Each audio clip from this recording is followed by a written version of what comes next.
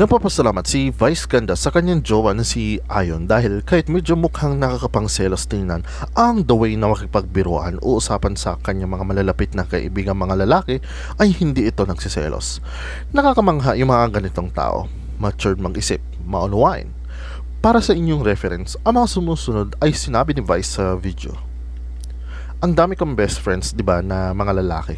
Si Coco Martin, si Billy Crawford, tas ikaw tsaka si Vong, di ba?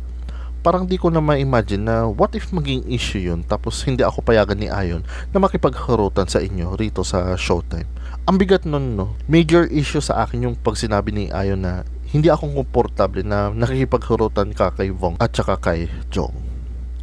Anyways, yun lang ang balita ko sa ngayon. Ako si JP, Showbiz Reporting.